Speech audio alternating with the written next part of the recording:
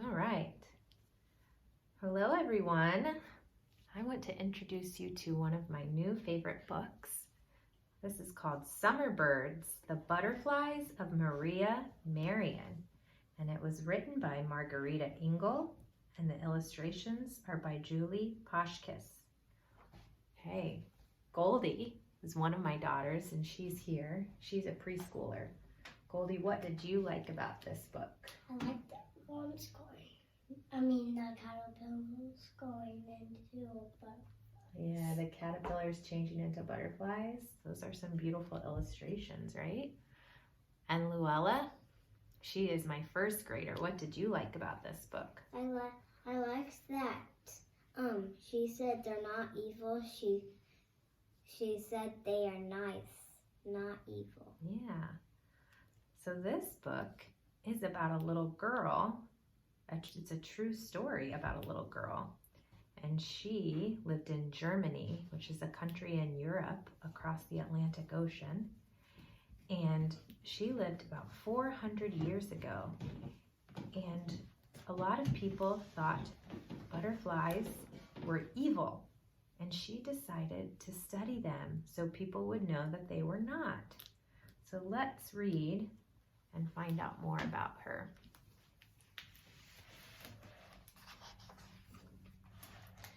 Summer Birds was a medieval name for the mysterious butterflies and moths that appeared suddenly during warm weather and vanished in the fall.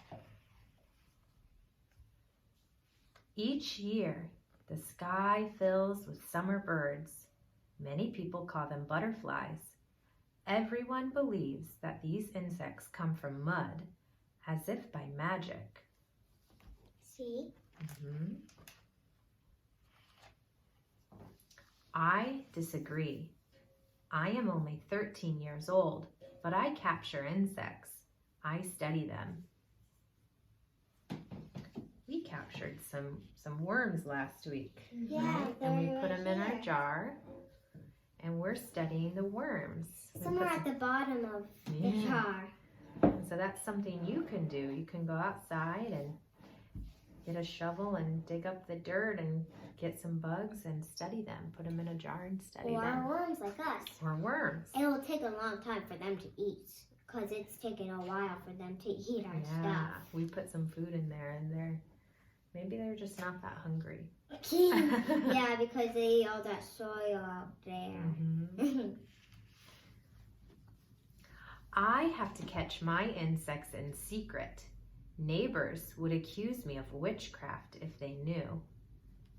Everyone says insects are evil, but I know my summer birds are beautiful and harmless. I keep caterpillars and summer birds in boxes and jars. I feed the caterpillars with leaves. I sit still. I watch. Caterpillars are born from eggs laid by summer birds.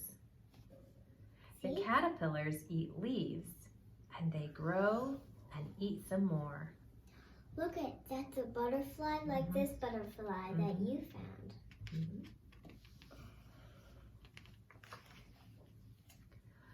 When the caterpillars are big enough, they spin cocoons. These are made of silky threads. While the caterpillars rest inside their silky cocoons, they turn into summer birds.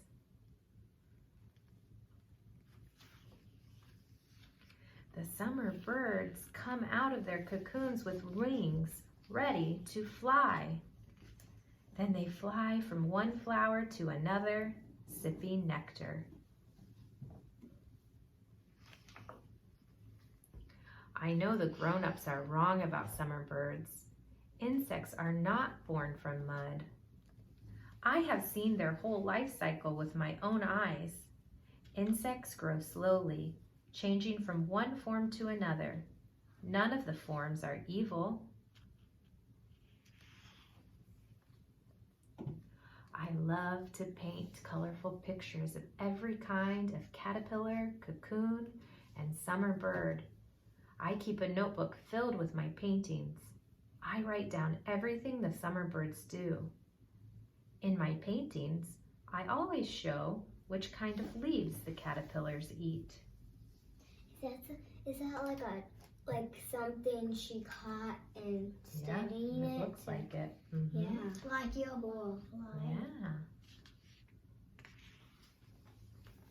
I also paint the flowers where summer birds drink nectar. Sometimes I think that I am like a summer bird waiting to fly.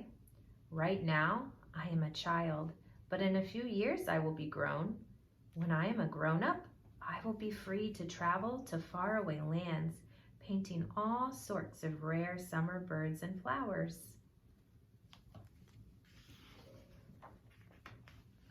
I think this is my favorite page of the book. There's no words. I think she's actually dreaming of her having butterfly wings and Because the she's wings not of a the sail. Because she's not butterfly.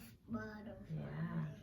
Even the wings are the sails of the boat. Yeah, it's actually really cool. If I had a dream like this, I would think it was real. It's beautiful. Yeah. Maybe I will even paint the lizards and frogs of faraway lands. I have some tadpoles in a jar of water. I have seen how they are born from eggs, not from mud. I watch the tadpoles eat and grow until finally, when they are big enough, they begin to grow legs. The tadpoles have turned into frogs. Wait, I want to show you. Look, she's sitting on She's sitting on a lizard. Yeah, that's cool. Someday, I will put my paintings into a book. Then everyone will know the truth about small animals that change their forms.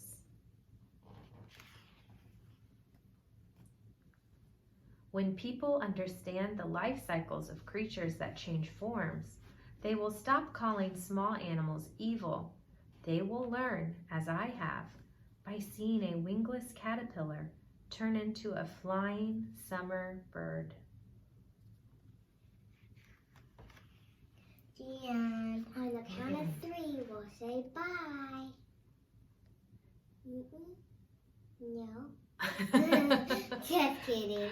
I want to read the historical note before we leave. This book was about Maria Silva Merian. She was born in Frankfurt, Germany in 1647. When she was only 3, she already displayed such enthusiasm for painting that her father, an engraver, predicted she would become a great artist. After her father's death, her mother remarried a painter who encouraged Maria's interest in flowers and insects. Maria's curiosity about small living things was unusual at the time because Europeans still believed that beetles, worms, larvae, caterpillars, and frogs were formed from mud. This idea of spontaneous generation from a non-living puddle of wet dirt was an ancient Greek concept that led Europeans to think of insects and other small creatures as beasts of the devil.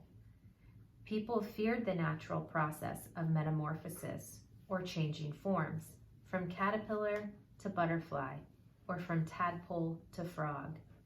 If animals could shapeshift, then couldn't people also be transformed into werewolves and other fearsome beasts?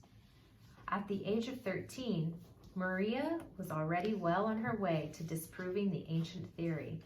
By careful observation, she discovered that metamorphosis is natural, not supernatural. There was no witchcraft involved and nothing to fear. Beginning with silkworms brought from Asia by a merchant, she watched the slow process of change, recording every detail in her notes and sketches. Her studies were far ahead of her time. She eventually became famous as a scientist, an artist, and an explorer. At a time when women rarely traveled at all, She and her younger daughter, Dorothea, went to South America alone. In Suriname, she painted insects, plants, birds, and reptiles. Just as she'd hoped, Maria's paintings were published in beautiful books that helped people understand the life cycles of flowers and insects. Her work was admired and collected by Russia's Tsar Peter the Great. Today, as a result of Maria Silva Merian's careful studies, we know that butterflies, moths, and frogs do not spring from mud. We also know that they are not evil, but natural and amazing. All right, I hope you enjoyed that. Thanks for joining us. Bye. Bye.